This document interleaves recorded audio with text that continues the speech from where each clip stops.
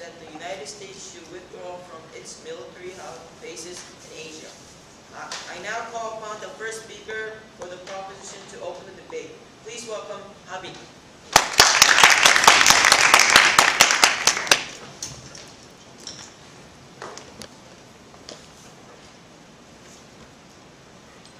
Ladies and gentlemen, honorable adjudicators, today, even in this country, we feel the remnant of Cold War, the U.S. military bases, through which the U.S. is still exerting a unilateral military influence around the world. And as the first speaker of the proposition, I proudly present to you the debate on the motion that this House believes that the U.S. should withdraw from all its military bases in Asia. And before moving on to the main contentions of the issue, I'd like to start by defining the few key terms of this motion. Withdraw from would refer to a clear timetable to pull out all U.S. personnel, and military bases in Asia would refer to a permanent or reasonably long-term installation for U.S. troops in an Asian country. Ladies and gentlemen, by defining military bases this way, we preclude examples like Guam, which is located in a U.S. territory, or Iraq, which is rather a temporarily military occupation, but rather we're focusing on cases like the Kanzi Military Air Force in Kyrgyzstan, Okinawa base in Japan, and Punsan and Ulsan bases in South Korea. Now, ladies and gentlemen, the proposition will present our case as follows. First, I, the Prime Minister, will prove to you how the existence of U.S. military bases is totally unnecessary, and my Deputy Prime Minister will present to you how it is counterproductive to the interests of Asia. And after we prove that it is not only unnecessary, but also counterproductive, there is no other option but to withdraw such bases. Ladies and gentlemen, now let me move on to my main point. Now, the purpose of these military bases, if I may directly quote Mr. Robert Gates, the Secretary of U.S. Defense, it is the symbolic presence to show U.S. influence and indicate that U.S. has the capability to respond immediately. No, thank you, ma'am. And I will analyze whether it is necessary or unnecessary to have such function in first the principle level and second the practical level. Now, I will first deal with the principle level of how U.S. bases do not affect whether or not U.S. intervene in a military emergency. Now, ladies and gentlemen, we do not live in a simple world where you must be physically present in an allied country to indicate your support. No, thank you, sir. We believe that strong ties between United States, the United Kingdom, or the strong ties among the NATO nations prove this fact. Ladies and gentlemen, we believe it is better to have a mutual defense treaty rather than an exact physical presence. Now, the mutual defense treaty, by definition, just a moment, sir, by definition, is a guarantee that the U.S. will intervene immediately, and all you need instead of such physical presence is a signed document. Yes, sir. But wasn't the case of these natural disasters, for example, when presence of our allies may help saving civil Now, ladies and gentlemen, I will deal with this issue later in my practical level of how the actual presence of personnel does not contribute in any way to the function of its military in an emergent situation. Ladies and gentlemen, let me delve on into how the mutual defense treaty functions. Now, the U.S. is in a position where it must respond to the call of its allies because it is interdependent to its allies.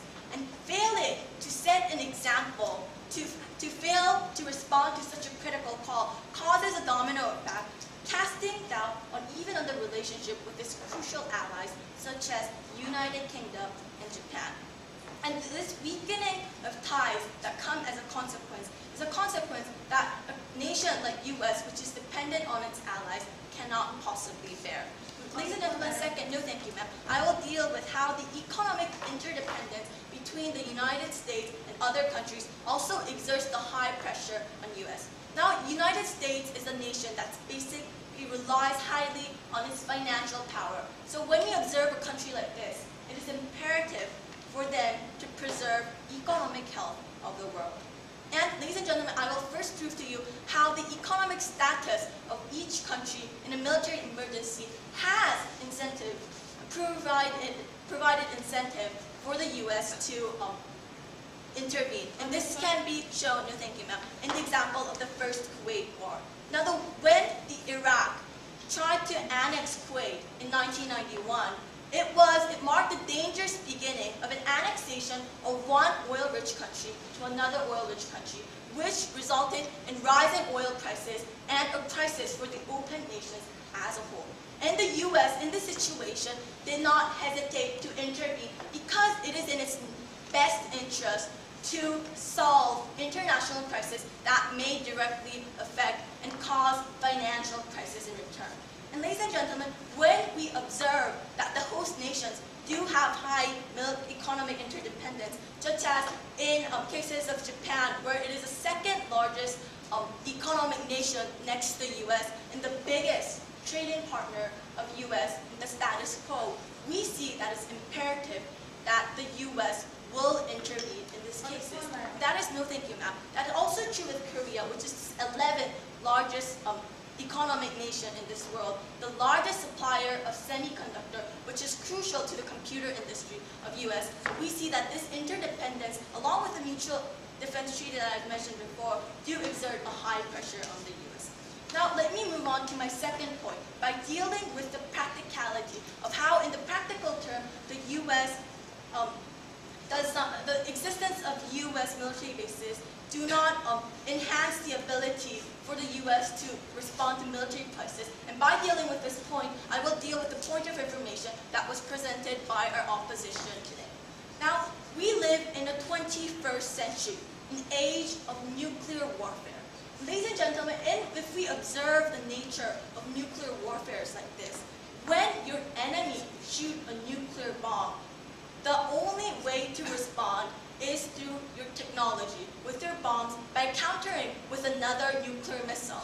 And ladies and gentlemen, it doesn't really care for all the hustle-bustle that will happen in the ground, because the land forces cannot do anything to stop or prevent or affect the nuclear war.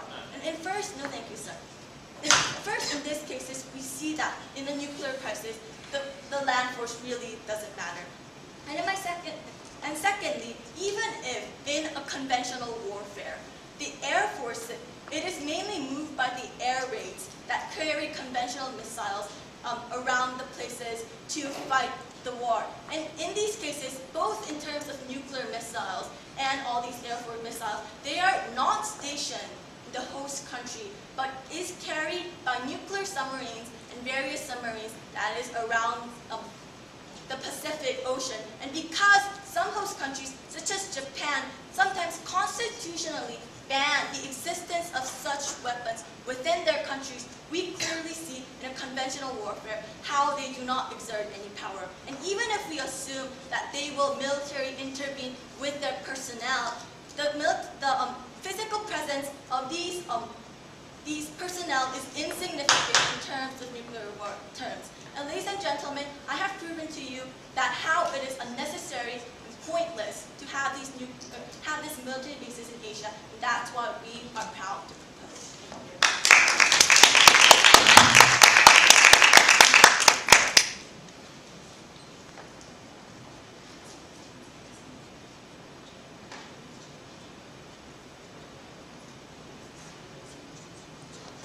8 minutes, 13 seconds.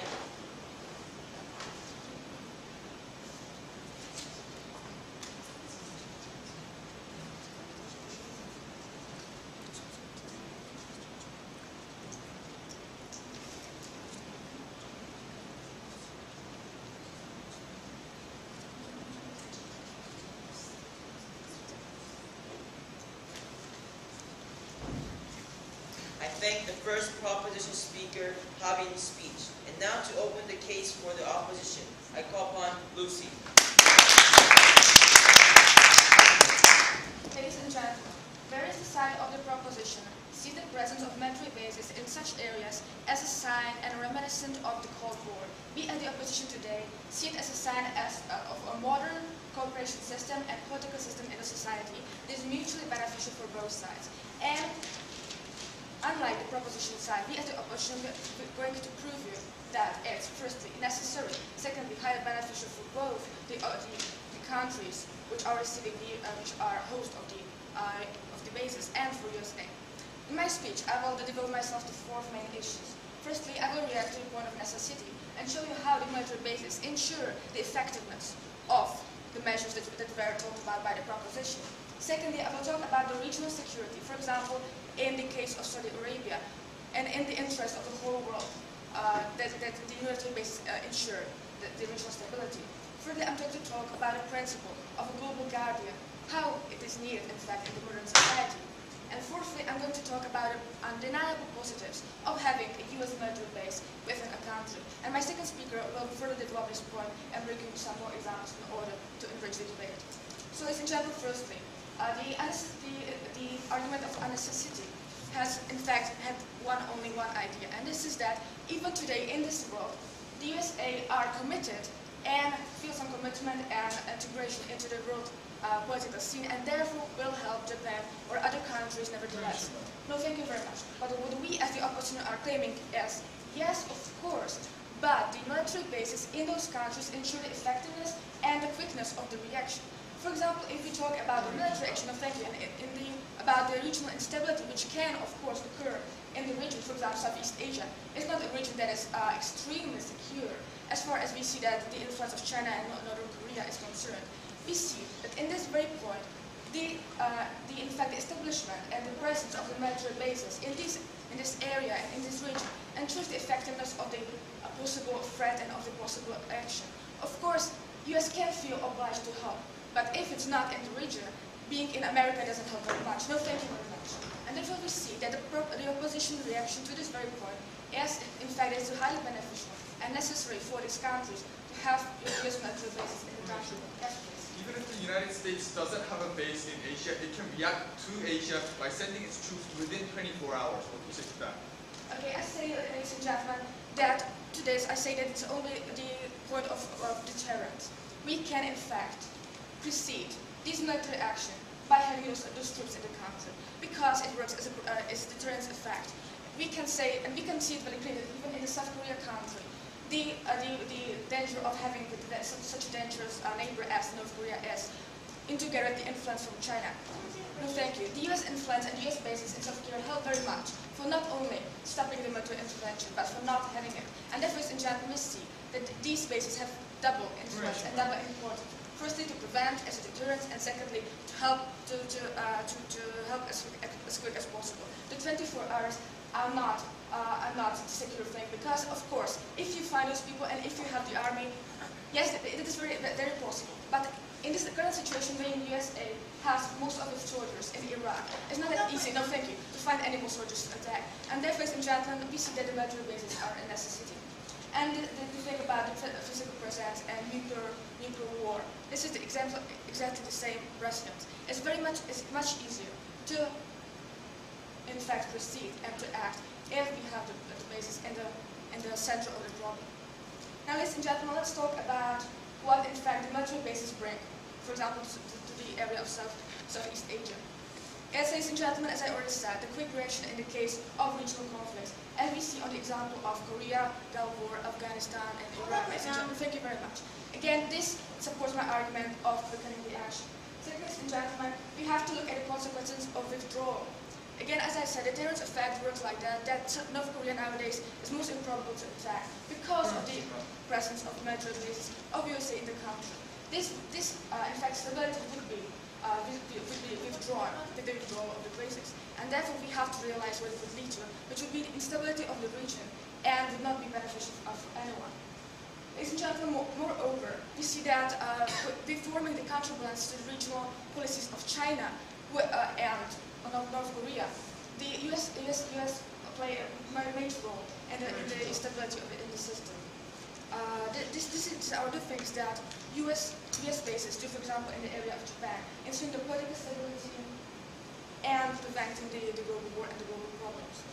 Now, ladies and gentlemen, let's talk about how the US bases, for example, in the region of Saudi Arabia, of the Middle East, are vital to the whole global world.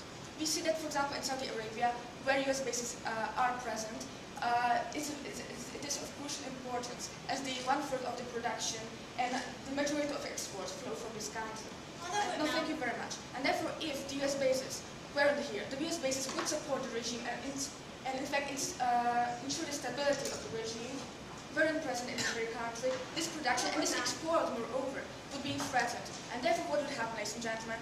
I think much worse than the 70s crisis, because the export would be down, and the production of the global world, of the Western countries would be low as well.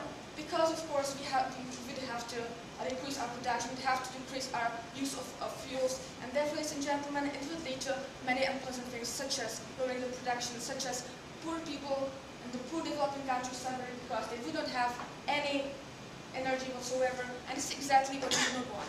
The US bases in this region are very beneficial in ensuring the regional stability and therefore the benefits for the global world and for the Western society as well. So now, ladies and gentlemen, let's talk about the idea of global guardian. In today's world, we are living in an international community which has agreed on certain principles which have to be guarded. In this case, we have to find somebody to guard it, and therefore we are talking about a global guardian. In the present situation, there is nobody else to be the global guardian. The only counterbalance can be the UN, but as we all know, the UN is rather a toothless monster which is not able to act in a very effective way and not very quickly. And therefore we see that the US, whatever the reasons might be, we even agree on the point that they have a regional interest and they want to ensure stability. And therefore we see that if we find a country which is able and willing to ensure the stability in the region, we should agree on this and agree with the point of view of having a global guardian in the form of US. And therefore, ladies and gentlemen, the positives for the more are the investments which are brought to the countries because of the presence of US military bases. Because, of course, US firms and companies are much more likely to come into a country which is secured by their own forces. And therefore, ladies and gentlemen, see that even in the form of economic influence and economic benefits, the presence of US bases in those very countries is essential and beneficial for both sides and is necessary, as I've proven you in my speech, because of the political instability in the regions and because of the deterrence it creates against the more oppressive and potentially harmful and aggressive regimes. And therefore, ladies and gentlemen, what I showed you in my speech was that first the proposition side did not prove it due to necessity, and moreover that the opposition side proved the benefits that the occupation or the presence of US bases in the countries has. Thank you very much.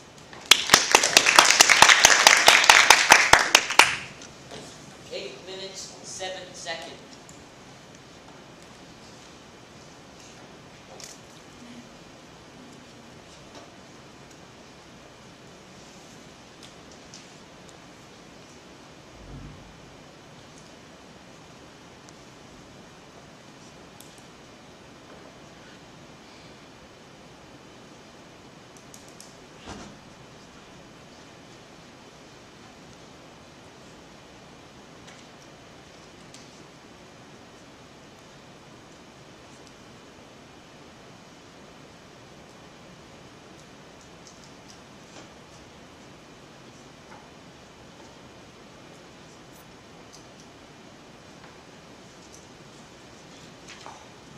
Thank the first opposition speaker, Lucy's speech.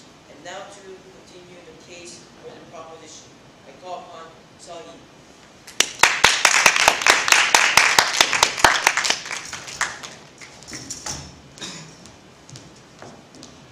Ladies and gentlemen, Mr. Speaker, the burden of the opposition side in today's debate was to prove to us how the less than 1,000 troops in Kyrgyzstan and 28,000 troops in South Korea will be able to prevent warfare in the 21st century. Their burden was to show to us that these small military bases peppered across Asia serve such a critical purpose in fighting war. We say this question was never answered in the speech delivered in the stream of consciousness by our first Czech Republic speaker. So with this set, ladies and gentlemen, my first speaker already explained how the military presence is unnecessary, especially considering the situation in the 21st century. I, as second speaker, will be dealing with the issue of how it's counterproductive to the interests of Asia. But before I move on to my own substantive case, I'd first like to deal with 3 major issues that Czech Republic had against our case. Sorry. So this firstly will be the issue of necessity. Secondly, I'll be dealing with the issue of the instability of the region in which they are stationed. And thirdly, I'll deal with the economic benefits this argument that this military bases prop up the economy of Asian countries. So firstly, onto the issue of necessity. Now, ladies and gentlemen, the Czech speaker herself explained to us that America is a major force which cares about the peace of the world. And this is exactly what my first speaker told you, that they have mutual defense treaties with many countries across the world. And in fact, they have that with South Korea and Japan. So we don't really see why the physical presence of a few thousand troops is necessary in these countries. Now, she firstly talks about the swiftness of the response. And we say that she is hugely underestimating modern technology. The fact is, 50 years ago, when we had Japan attacking Pearl Harbor, they were able to respond in less than 20 hours. Now, in the 21st century, in how many hours would it take for the United States to come back the other way? We say, ladies and gentlemen, just a moment, there are nuclear submarines roaming in the Pacific that can respond in a matter of hours. Yes, please. In the cases of military bases, for example, in Japan, it's not a question of quantity of soldiers, but exactly as you said, the high technology that they are able to use in order to prevent the attack. Excellent. So if Japan has the technology, or if the United States has supplied the technology to Japan, then why do you have to have the physical presence of the soldiers in their country when they can use the technology in modern warfare? No, thank you. So, ladies and gentlemen, moving on to the issue of deterrence. Now, she said that the physical presence of the few thousand soldiers within these Asian countries stopped wars from occurring. But this is simply untrue, ladies and gentlemen. In the case of North Korea and Iran, the reason they escalate their nuclear warfare is specifically because they feel the threat from a country neighbouring their borders. And we say, ladies and gentlemen, that this is the root of the issue. The physical presence actually causes more tension in the regions of Asia. I'm going to explain this further in my substantive case. No, thank you. Moving on to this idea about the instability of the region. Now, Mr. Speaker, this debate event is occurring in South Korea. And we wonder whether South Korea is such an unstable country as the opposition would have you believe. We say that these countries are stable countries with a large economy. They are stable, ladies and gentlemen, and can fend for themselves in the case of warfare. And we say, as our first speaker explained, there's a huge economic tie with the United States, which will provoke the United States to respond in the case of war. This issue was never dealt with, ladies and gentlemen. We think that these nations are stable enough to fend for themselves, and I'm going to analyse this further in my constructive matter. But moving on to the third and final issue of economic benefits, which is essentially a spin-off benefit that comes from the military bases. Now, ladies and gentlemen, she thrust us an example of Saudi Arabia, and this argument was totally based on the sole example of Saudi Arabia. But we see many counter-examples, in this case of Kyrgyzstan, ladies and gentlemen, which economy suffered because the neighbouring countries felt antagonism towards Kyrgyzstan for hosting an American base. Ladies and gentlemen, we say this point does not stand, and if they're so concerned about these developing Asian countries, why not give them economic aid? Why does it have to be a military base present that rises tensions? No, thank you. So now I'd like to move on to my own substantive case on how this increases the tension in the Asian region. And I'm going to analyse this in two aspects. Firstly, on the issue of how it propagates arms races for the American enemies, and secondly, on the issue of how it becomes...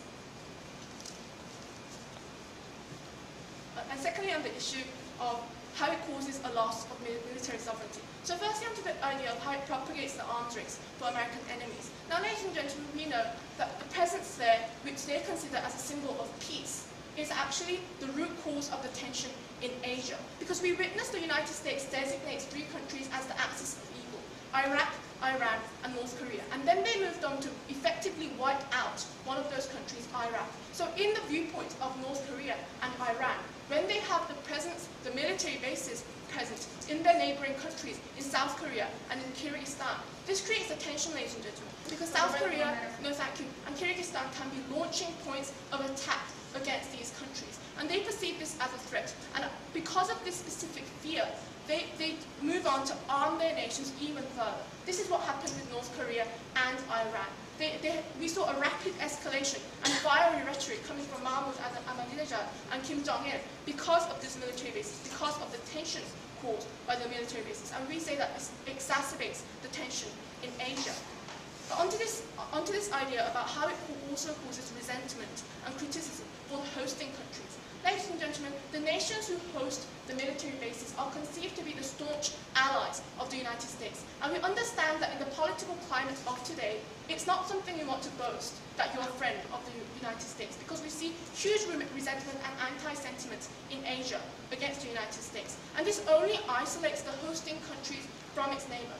This is exactly what happens in Kyrgyzstan. According to the Council on Foreign Relations, Kyrgyzstan is a country that is hugely dependent on the goodwill of its neighboring countries. And after Kyrgyzstan accepted the Gansi base from the United States, they were isolated from its neighbors such as China and Russia. Just a second. And this caused more counterproductive effects for Kyrgyzstan. Yes? Wouldn't be Kyrgyzstan exposed to the influence of China or Russia in case the US military base wouldn't be there? But the fact of the matter is China and Russia are staunch allies with Kyrgyzstan, and they can protect Kyrgyzstan in the case of which there is a crisis. Which leads me on nicely to my point on how bases cause the loss of military sovereignty when the United States bases are there. Now we say, ladies and gentlemen, my first speaker has already proved to you that bases can't really help in the 21st century in fighting, mainly because it's nuclear warfare, and even in the cases of conventional warfare, the presence of a few thousand troops won't really help you anyway. And because of this, many countries are lulled into the false sense of security that the United States will be able to protect them, when this is not the case. And we say that this is extremely dangerous. So because various countries have realized this, they have recently organized a cooperation called the Shanghai Cooperative Organization, which is a form of the Asian NATO. Now the consisting countries are China, Russia, Kazakhstan, Kyrgyzstan, Tajikistan, and Uzbekistan. And we can note here that Kyrgyzstan, a country that hosts a United States base, is in this treaty. And these countries are committed to helping themselves in the case of military war. And we say, ladies and gentlemen, that this actually, which has many representatives of the vast majority of the landmass and the military resources in Asia, is capable of fending for Asia itself in the case of a war. And we say, therefore, the American bases are quite redundant. If these bases can fend for themselves and have military cooperation for themselves, we don't see why the United States should come from across the Pacific to aid these countries. So, ladies and gentlemen, we say that when agents can and have the ability to protect themselves, we should let them do so. It's on these grounds, ladies and gentlemen, on which we are very proud to propose this motion. Thank you. 8 minutes, 10 seconds.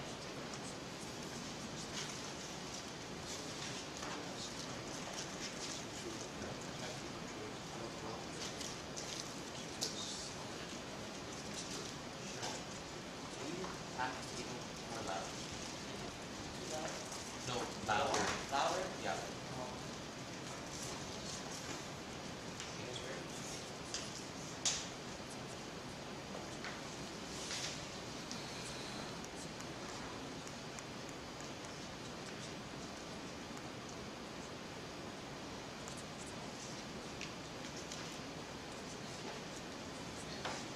Thank the second proposition speaker, Sony's speech. And now to continue the case for the opposition, I call upon Christina.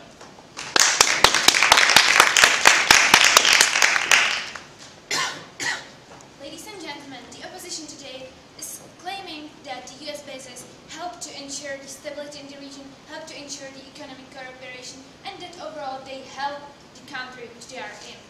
And what the proposition today is trying to persuade you about is that those bases are not necessary and even in some cases harmful, which, as I will prove in my speech, is not true. What will I do in my speech? At first, I will talk about the issues of effectiveness and whether the military base is really necessary in the region.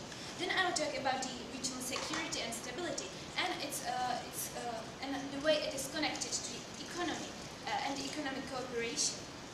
Then I will talk about the issue of global guardian.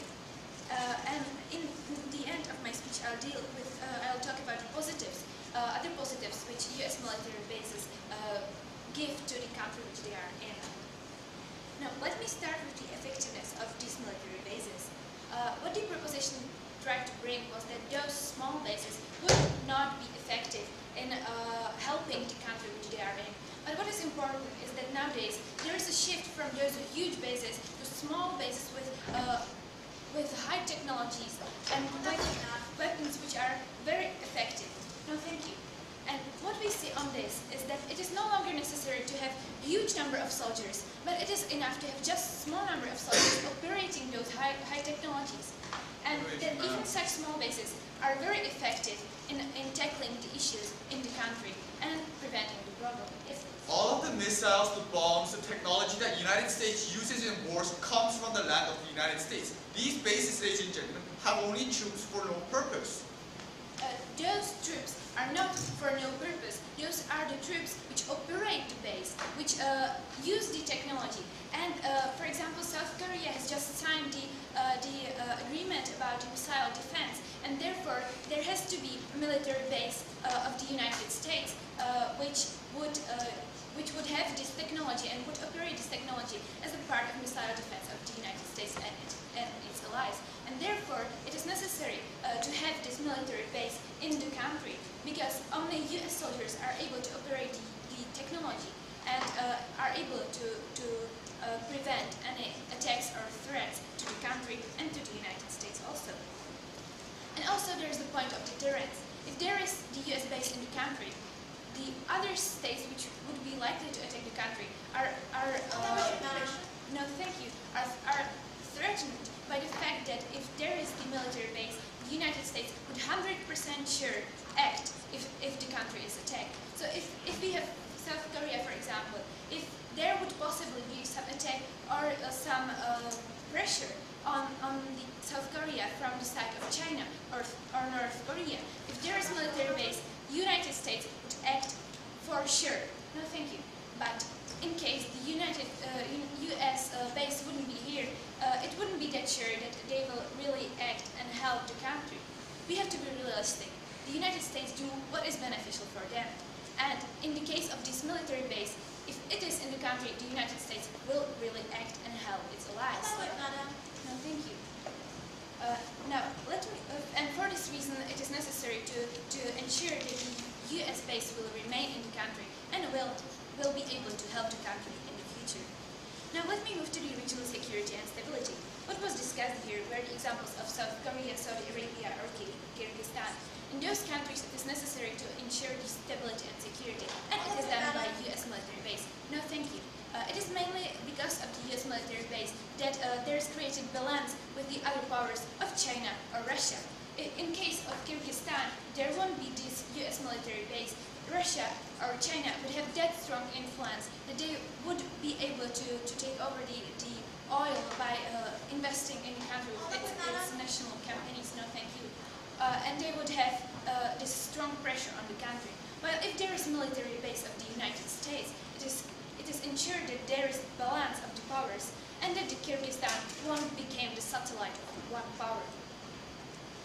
Now the example of Korea, again, what I said before is that what the proposition came with is that Korea is now a stable country, but we have to acknowledge that this is mainly due to the presence of US military base. No, thank you. After Second World War, it was the US military base which protected South Korea and which ensured that the region was stable and secure. And this also moves me to the point about economy, which is strongly connected to the stability in the region. If there is the country like South Korea, Kyrgyzstan, or Saudi Arabia, is the United States base which attracts investors because it ensures that the region, no thank you, would be stable also in the future. And this means that the investors' investments are protected within the country. And that means that the United States base means really that the economy and the investments in the country are enhanced. No, thank you. Investors seek stable markets with potential, and the US base ensures that the region will be stable and will be protected from any possible threat. And that's why we have to acknowledge that the US military base helps the country on a very important scale. Also, there is the issue of crude oil, and which matters to whole the world. And in countries like Kyrgyzstan, Tajikistan, or Saudi Arabia, it is important to acknowledge that the stability which is maintained by the US military base ensures that the whole world's economy based on the crude oil will be protected. Yes. The economy of Kyrgyzstan has actually suffered because of these military bases, because these military bases leave Kyrgyzstan prone to terrorist attacks. What do you say to that? I'd say to this that for Kyrgyzstan, the US military base is main resource of the foreign currency. It is because of the US military base that Kyrgyzstan will be able to use its crude oil reserves and will be able to sell them. And it is due to the US military base that the pipeline from Kyrgyzstan is being built and is being agreed upon. And therefore we see that the US military base really helps the country. Now, let me let me show you that also the US military base means that direct investments in the country from the side of United States. No, thank you. For example, in South Korea, now there are 14 projects under construction worth more than $250 million US. And this means that the country really is helped by the presence of the US troops and by building and maintaining the base in the country. Also, there is the point about global guardian. As I said, it is important to ensure the balance in the countries where the military bases are in. This is, as was said, Kyrgyzstan, this is Saudi Arabia, this is Iraq, this is South Korea. Those countries need the balance of powers, and the US military base means that those countries are not exposed to the direct pressure from China or Russia. And also there are other positives. This can be example of training soldiers and army in the country and helping such states like Iraq or Kyrgyzstan or Afghanistan to develop their own soldiers, their own security forces. And also the other issue is that those US military bases help to exchange the intelligence with their allies. And for these reasons, it is easier for the country to fight terrorism. And for these reasons, we believe that US military base is, at first, ensuring the economy investments in the country and the stability in the region, helps both the country, the United States, and the whole world, as is the issue of crude oil. And thirdly, helps the country by helping it directly with investing the money for building the base, or training the soldiers, or fighting terrorism. And for these reasons, I beg to oppose the motion.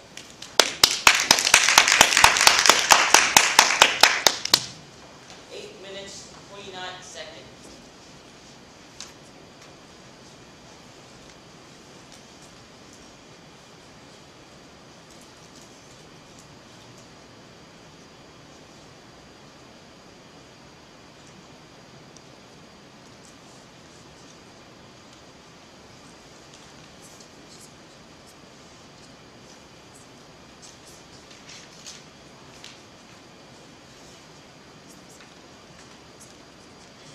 I thank the second opposition speaker, Christina. And now to continue the case for the proposition, I call upon Won-jun.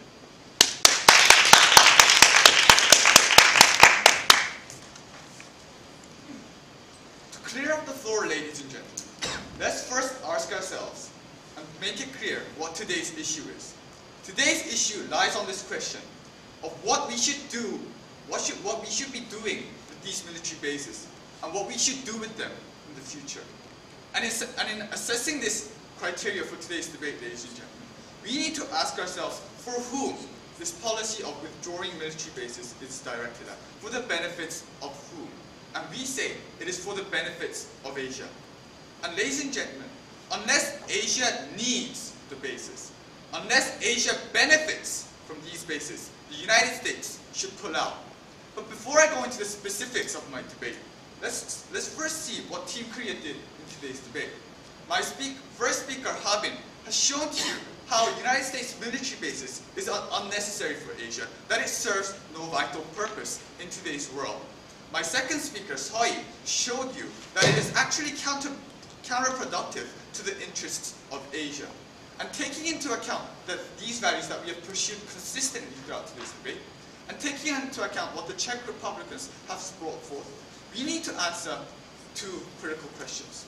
And in my speech today, I'm going to do two things. I'm going to first assess this policy of withdrawing from United States military bases and ask you a vital question that we need to answer at the end of today's debate. So let's go on to assess the policy. In passing a policy, ladies and gentlemen, we need to fulfill two criteria. If we have the need and the benefit. And in this speech today, ladies and gentlemen, I'm going to show you that there is no need to have these bases, and that actually these bases will harm Asia. So first of all, let's go on to the need.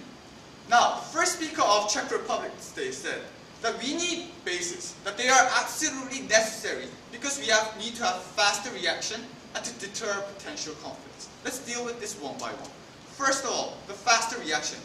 Ladies and gentlemen, today's military technology has improved immensely. We have missiles, we have no thank you, intercontinental ballistic missiles that can reach Asia from the United States within a matter of minutes, if not hours. We have shown you that the presence of soldiers will not do anything.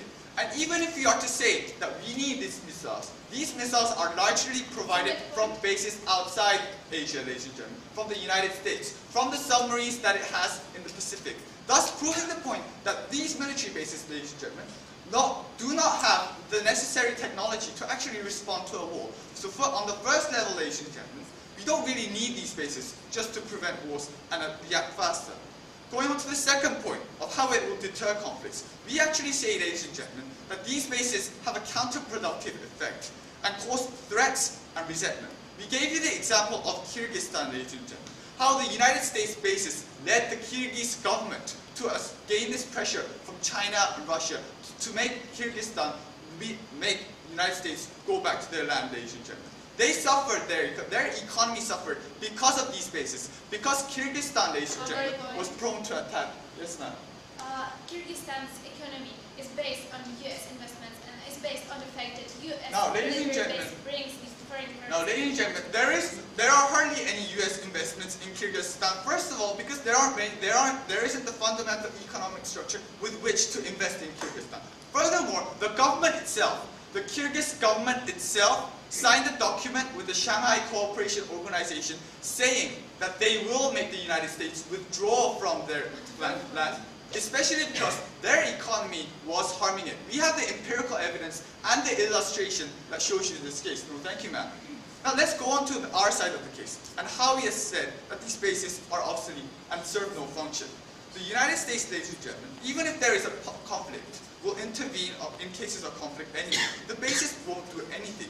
We have mutual defense treaties, economic interdependence within these Asian nations that ensure that we have a diplomatic tie with the United States. So we say, even if we have a significant problem in Asia, the United States will react and ensure security. On that point, No, thank you. Let's go to the second issue and assess the benefits. Now, ladies and gentlemen, the benefits that they asserted that the military bases would have on the local region are of the economic benefits, how it will lead to better exports and alleviate poverty.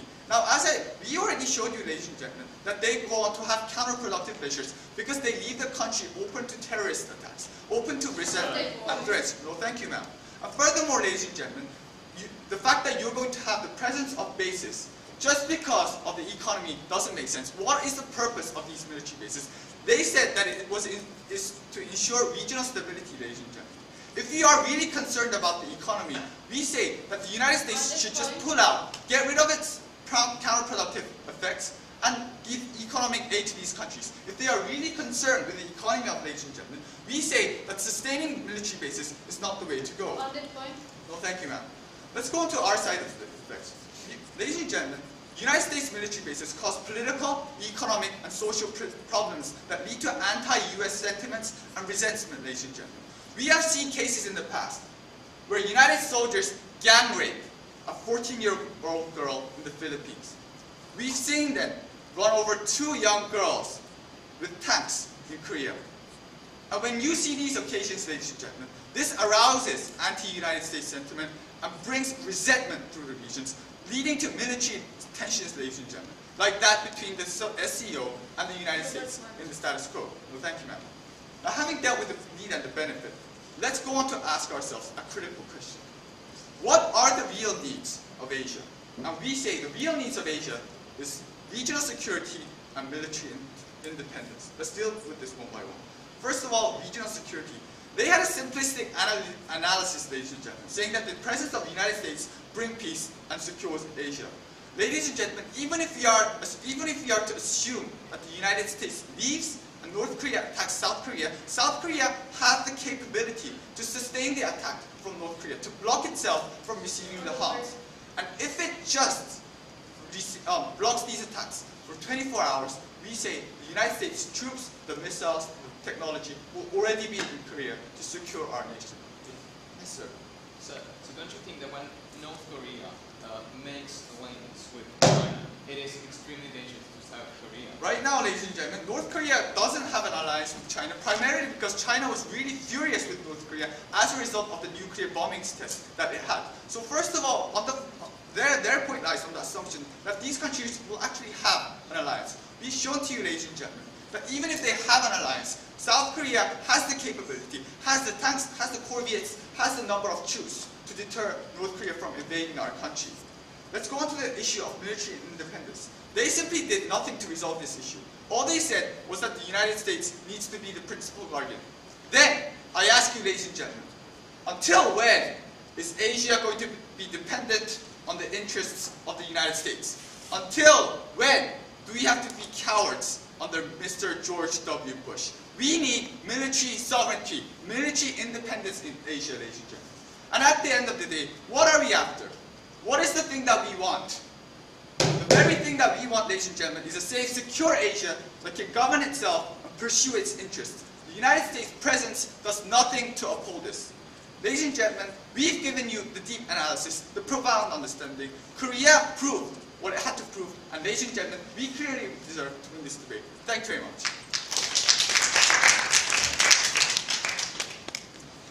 8 minutes, 18 seconds.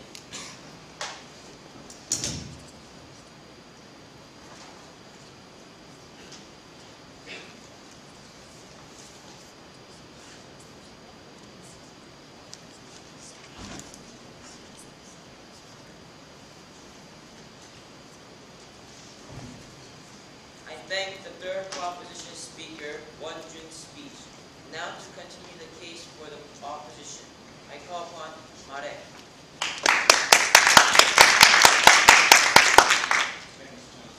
Ladies and gentlemen, yes, we're deeply sorry that the case of rape has happened, but we must cost-benefit that.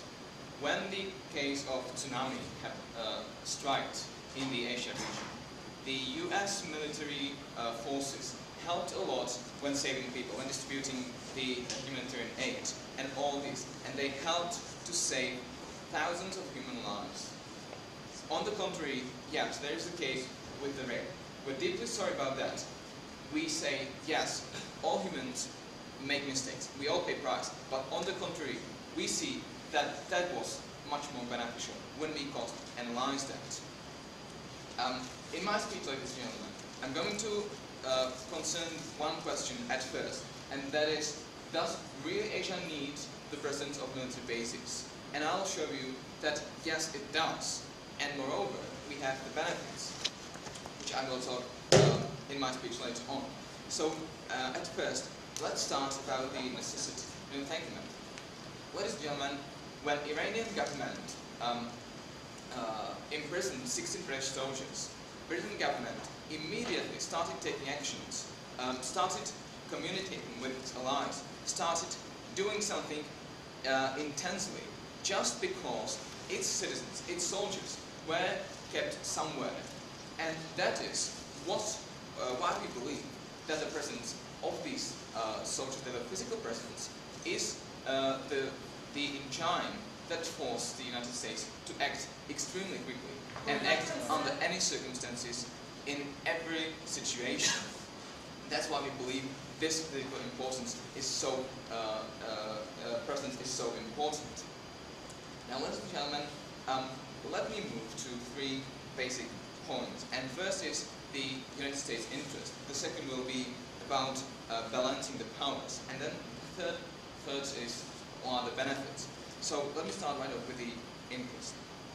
As we already said, the United States have their own flesh in the countries, which ensures that a lot of its interest will concentrate on the countries when attacked by any other power.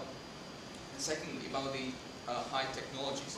Well, ladies and gentlemen, we have to realize that today there is a shift in the trend of United States military policy. Today, the United States are concentrating on the anti-aircraft shield.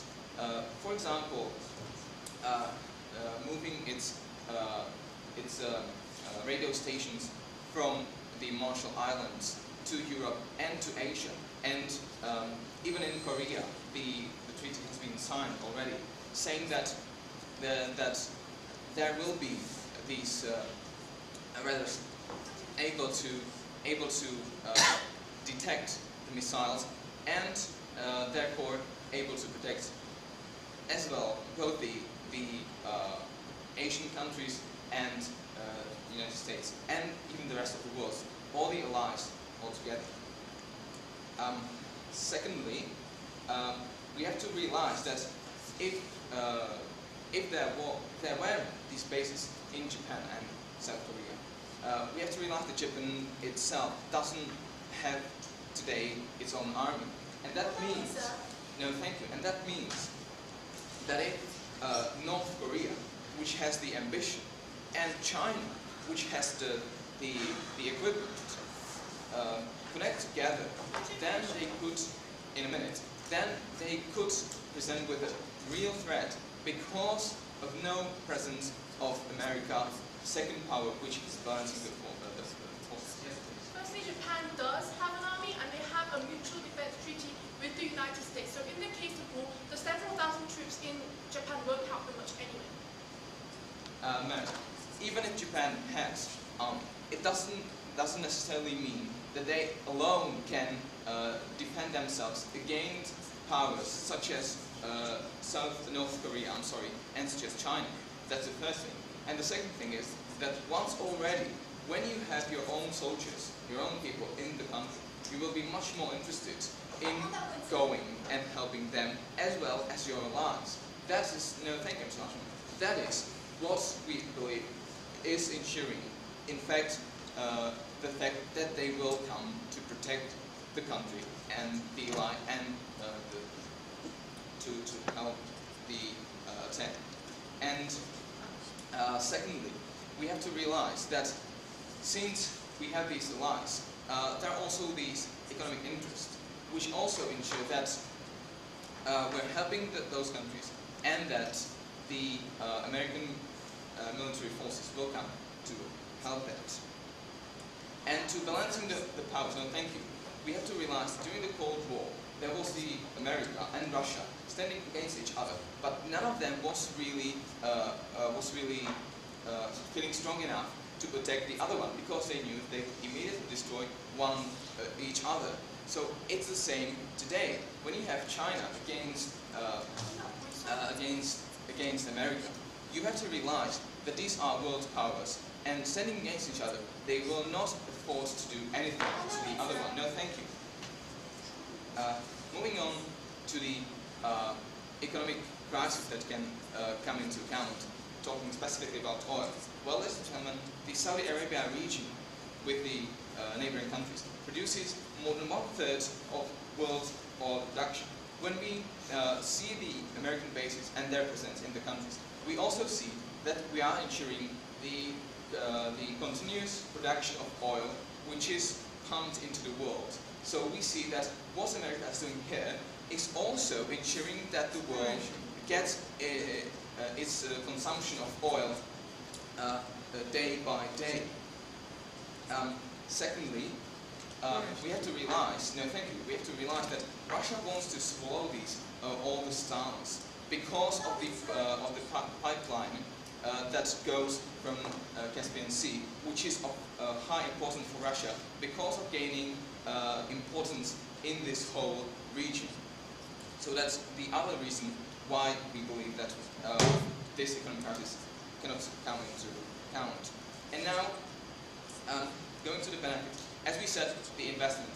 What's understood is that when the military bases are here, when the countries are secured by American soldiers, then the American companies have better background for them to start business in these countries, and that makes them the countries so appealing for the companies to come and invest there. Secondly, about terrorism. Well, ladies and gentlemen, we cannot say, okay, we're going out because there are terrorist attacks. We cannot negotiate with terrorists in this way. No, not indeed. And secondly, if the American bases were removed, then the terrorists would target the civilians, which is much worse. And thirdly, we have to realize that even the presence of these bases is a sort of part of the war on terror, which is targeting terrorism as the main target. So what we believe, ladies and gentlemen, is that today Asia really needs military presence in their states. Thank you for attention.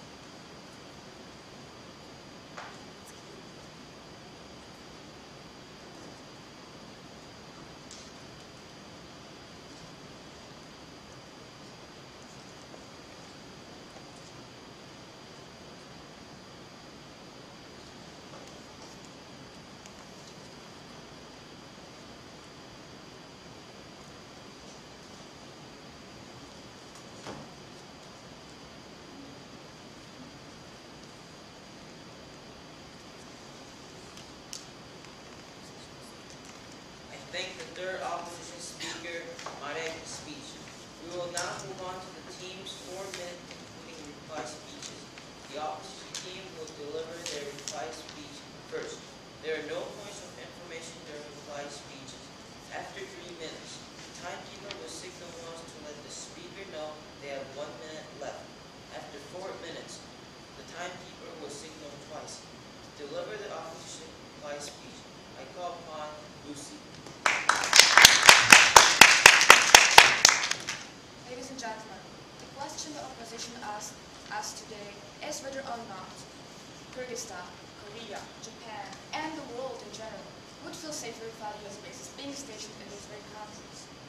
Now, we are showing this on several levels, showing you the stability of the region which would be harmed by the withdrawal of the bases, showing you the great danger and very probable danger of the resources of crude oil being, firstly, not used, therefore causing the economic crisis in the whole world, and secondly being exploited by single superpowers, as for example Russia, and showing you the balance of powers, which is vital to the world stability, again, in the regions all over. Ladies and gentlemen, first let's talk about what's really important in understanding the Southeast Asian region. Ladies and gentlemen, what was claimed by the opposition all the time is that now, at the current stage, the US bases and the US as such presents a large counterbalance which is positive in the region where China and North Korea is present. Whereas, ladies and gentlemen, China, even though currently a good friend of ours on some level, still poses a dangerous threat to the future, because we see the large imperialist attempts of Chinese regime. For example, in Taiwan, if there weren't any US bases, Taiwan would be already a part of China. Therefore, we see that we have to protect the region against these imperialist methods. Moreover, we have North Korea, a regime which is potentially dangerous, which is constantly posing a threat not only to the region but also to the whole world in general. And we see that the US bases, whatever the proposition claims, are stabilizing the region, because simply as the world's only superpower, which poses the high technologies and so on, it simply is to be feared. And therefore we see that it is of vital importance to have these bases in this region. What was claimed by the proposition is the counterbalance in the form of Shanghai Pact. Ladies and gentlemen, in Shanghai Pact, just these superpowers we are fearing and we don't want to have the influence are the main powers. And therefore, ladies and gentlemen, it is very easy that, for example, in Kyrgyzstan, they are fighting for influence over crude oil. It is easy for China and Russia to gain the influence and to exploit it. And it is potentially dangerous for all the countries and the Western world as such, because gaining influence over the pipelines and the crude oil by single or two superpowers is extremely dangerous. And this is what we are proving you in this debate, and what we see the US bases are preventing, and therefore highly beneficial and essential, not abounding. So we see that in the region it is essential to have the US bases. Moreover, ladies and gentlemen, the political importance and the army and the effectiveness and so on. We see, and what was never in fact disputed by the proposition, is the fact of the deterrence effect that has worked and is working at the current stage. Therefore, what we are proving to you is the withdrawal would, in fact, largely harm this deterrence effect and will be unbeneficial. Moreover, ladies and gentlemen, the proposition argument was that the US bases are abounding. Ladies and gentlemen, we have to realize that the US is not always able to attack, even if it wanted to. The 24 hours are a largely theoretical argument. In the cases and in situations that the US has deployed most of its troops in Iraq, it's simply not imaginable that they would immediately be able to send troops in case the North Korea attacks. This is what we have to realize, and therefore we see that the presence of the bases with high technology and the personnel operating it is of essential influence, and therefore we see that the abundance argument is one on the very point. Moreover, ladies and gentlemen, just talk about the economic impact. The economic impact is because of the presence of the bases, because they ensure the stability in the country. And as we know, the investors are seeking this very stability. This point was never refuted. By saying that Kyrgyzstan has a poor economy is a very bad example, as Kyrgyzstan, the problem of Kyrgyzstan is the lack of resources and lack of other things, and not the presence of military bases. On the other hand, military bases